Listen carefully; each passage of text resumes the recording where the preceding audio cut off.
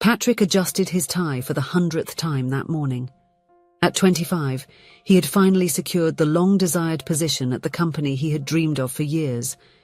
He had dedicated himself intensely to his studies, giving up parties and relationships to focus on his career. Now standing in front of the imposing glass and steel building, he felt a mixture of anxiety and expectation. Upon entering the lobby, he was greeted by a smiling receptionist who directed him to the Human Resources Department. There, a friendly middle-aged woman welcomed him and explained the initial procedures. "Albert will be your mentor in the first few days," she informed. "He is one of our most senior and experienced employees. Everyone loves working with him. He is very helpful and good-humored." Patrick smiled, relieved. Having someone like that to assist him would certainly make the transition easier. He headed to his new department, eager to meet Albert and start his new professional journey. However, upon arriving at his desk, Patrick was met by a man with a stern expression and a severe look. Albert, a tall man with grey hair and a rigid posture, barely glanced up when Patrick introduced himself. Instead of a friendly handshake or some welcoming words, he simply gave a brief and dry nod, immediately turning his attention back to the computer screen. Patrick tried to make conversation, asking questions about the department's routine and expectations for his new role, but received only short and impersonal answers. "Does this spreadsheet need to be updated daily?" Patrick asked, attempting to show interest. "Yes," Albert replied without taking his eyes off the monitor. "And what if I have questions about the reports?" "Read the manual," he retorted, still without looking at him. The day continued in this manner. Whenever Patrick tried to interact or ask for help, Albert sighed, frowned, and responded hastily, as if his presence was a nuisance. At a certain point, when Patrick asked him to explain a more complex process, Albert simply slid a paper with instructions across the table and murmured, "It's all there. Just follow what's written." The lack of patience and the cold demeanor of the mentor made everything more difficult for Patrick. He tried hard to keep up with the tasks, but without clear guidance, he felt lost. Several times he looked around, observing the other employees interacting normally, and wondered if the problem was with him. As the hours dragged on, the initial excitement was replaced by growing discouragement. This was not how he had imagined his first day. With practically no guidance, he felt alone, as if he was there on his own. No matter how much he tried to stay optimistic, each harsh response and each impatient look from Albert made him doubt whether this was really the right job for him. By the end of the day, Patrick was already thinking about quitting. Maybe this job wasn't for him after all. He was putting his things away when Albert approached him, with a different expression on his face. "Patrick, can I talk to you for a moment?" he asked in a much calmer tone. Surprised, Patrick nodded. Albert took a deep breath before starting. "I want to apologize for my behavior today. I know I was rude and unfriendly, and you didn't deserve that.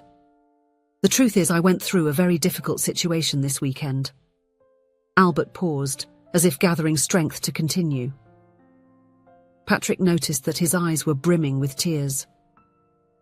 "My only daughter was supposed to get married on Saturday, but on Friday night the groom called everything off. He said he had fallen in love with someone else." Albert's voice trembled slightly. "My girl is devastated. And I'm furious. I knew that guy wasn't good enough for her." Patrick felt a wave of compassion for his colleague. "I'm sorry, Albert. It must have been terrible for all of you." Albert nodded, grateful for the empathy. "Thank you for understanding. I promise I'll be a better mentor tomorrow." From that conversation, the relationship between Patrick and Albert changed completely. As promised, Albert became an attentive and patient mentor. His cheerful and playful personality soon emerged, making the work environment much more pleasant. Despite the age difference, Albert was almost 50 years old. The two developed a solid and genuine friendship. Working side by side, they exchanged ideas, experiences, and over time Patrick came to see Albert not just as a mentor, but as a loyal friend. He deeply admired his dedication to family, especially the unwavering love and protection he showed his daughter. Albert always made it a point to know who his daughter was with, where she was going, and if she would return safely. He had the habit of checking if she arrived home safely, and even without wanting to seem controlling, his tone of voice made it clear that any man interested in her would need to prove his worth. He was the type who analysed each suitor who approached with a cold eye, always on the lookout for any red flags. After what happened with the cancelled wedding, he became even more vigilant, suspicious, and discerning. "This time I will protect her better," he used to say, with a determined look and firm voice. "I won't let just anyone into her life and make her suffer again." The months quickly passed. Albert's 50th birthday arrived soon, and he planned a big party to celebrate. Patrick was happy to be invited, feeling fulfilled to be able to take his friendship with his colleague beyond the office. On the day of the party, Patrick arrived at the decorated hall feeling anxious.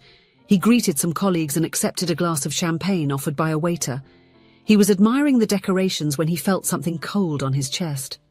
"Oh no, I'm so sorry." Patrick looked down and saw a wet stain spreading across his white shirt. He raised his eyes and found himself facing a young woman with big green eyes who was staring at him mortified. "I'm so clumsy," she groaned, grabbing napkins to try to dry Patrick's shirt. "I've ruined your clothes." Patrick couldn't help but laugh at the situation. "Don't worry, at least now I have a good excuse to take off this tight suit." The young woman seemed relieved by Patrick's good-humoured reaction.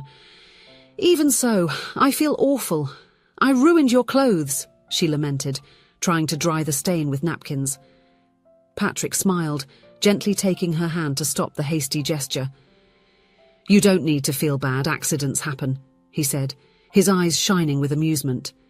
"But if you want to make up for it somehow, how about a dance?" She blinked, surprised by the unexpected invitation, but soon a smile played on her lips. "I think that's fair," she replied, extending her hand. "I'm Chloe, by the way."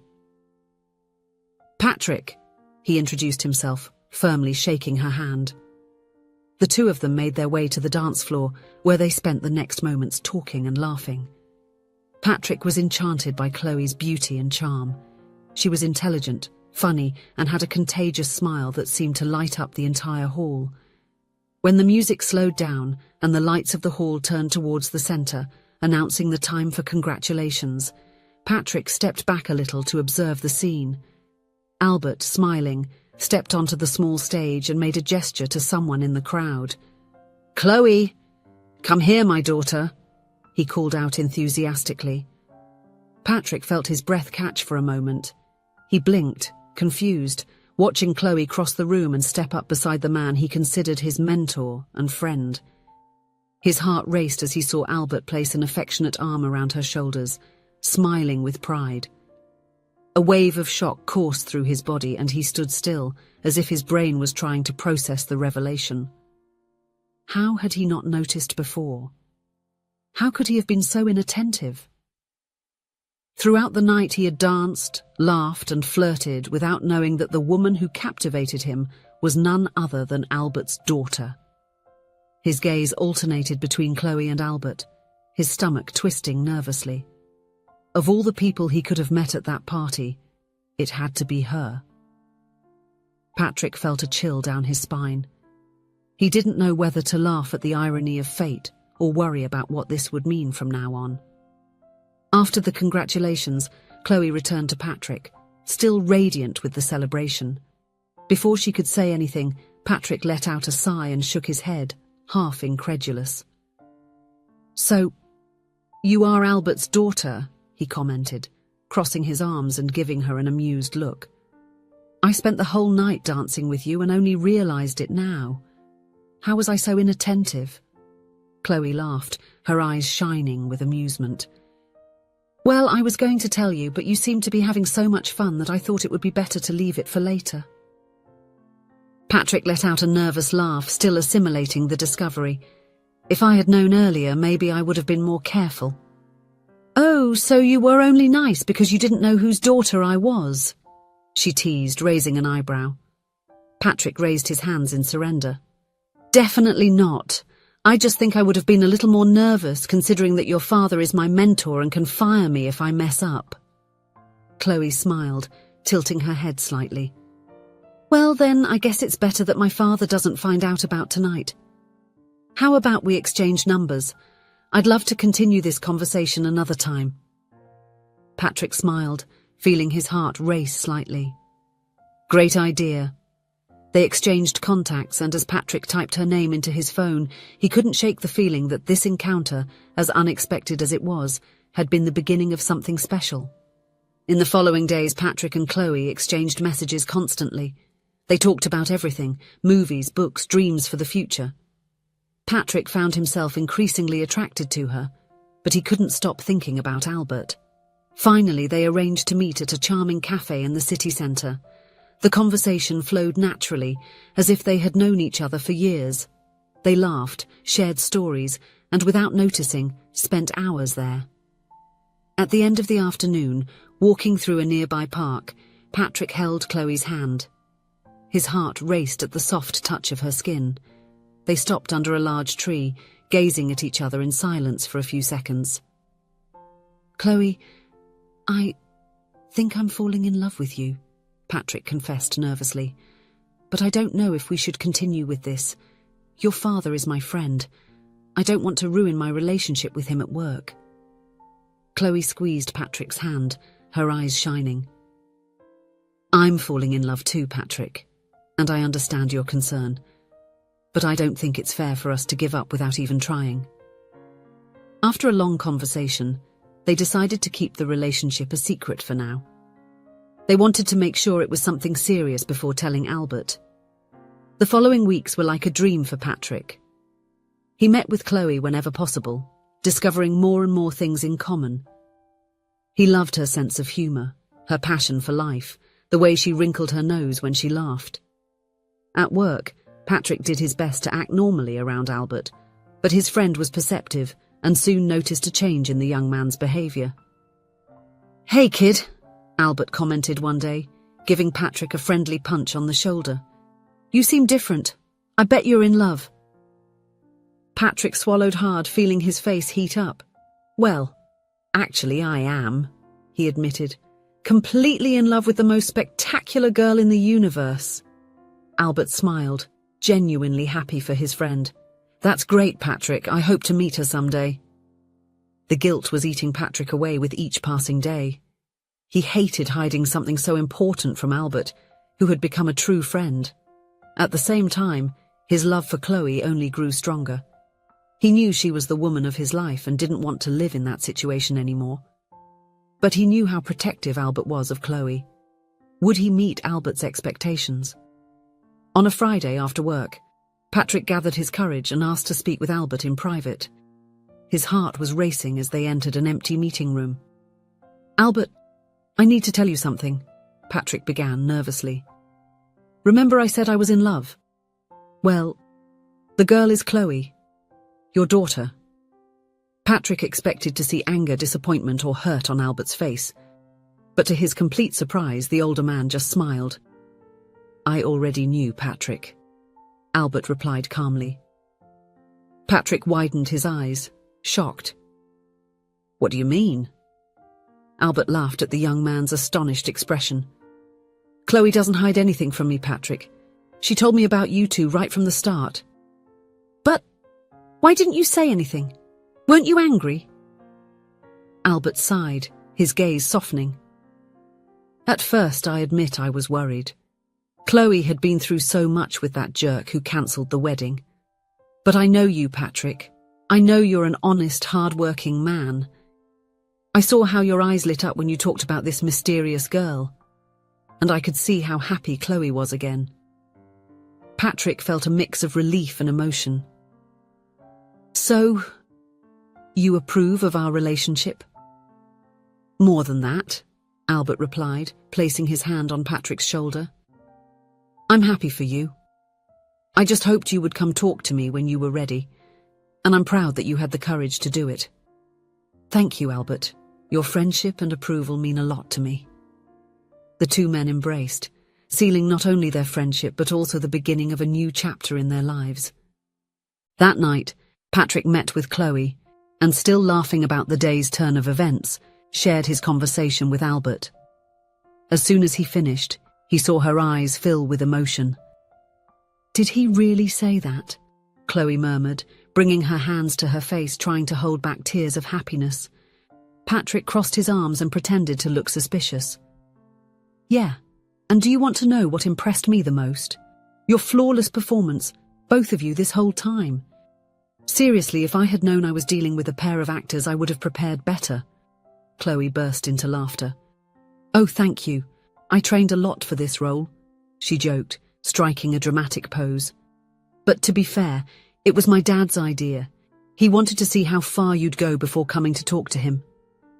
Patrick placed his hand on his chest, feigning indignation. "So he tested me? My own friend?" Chloe laughed, leaning in to give him a quick kiss on the cheek. "Yes, and it seems you've passed. Now come here, officially boyfriend and recognized by the paternal department." Patrick smiled, pulling her into a tight embrace. Finally, they could live their love openly, without secrets, without guilt, and with the blessing of the protective father. The following Sunday, Albert invited the couple for lunch at his house. While watching the young ones in the garden, Albert felt his wife's arms wrap around his waist. "You did the right thing, dear," she murmured. "They look so happy." Albert nodded, smiling. "Yes, I did. Patrick is the right man for our girl, and who knows, we might soon have a new member in the family."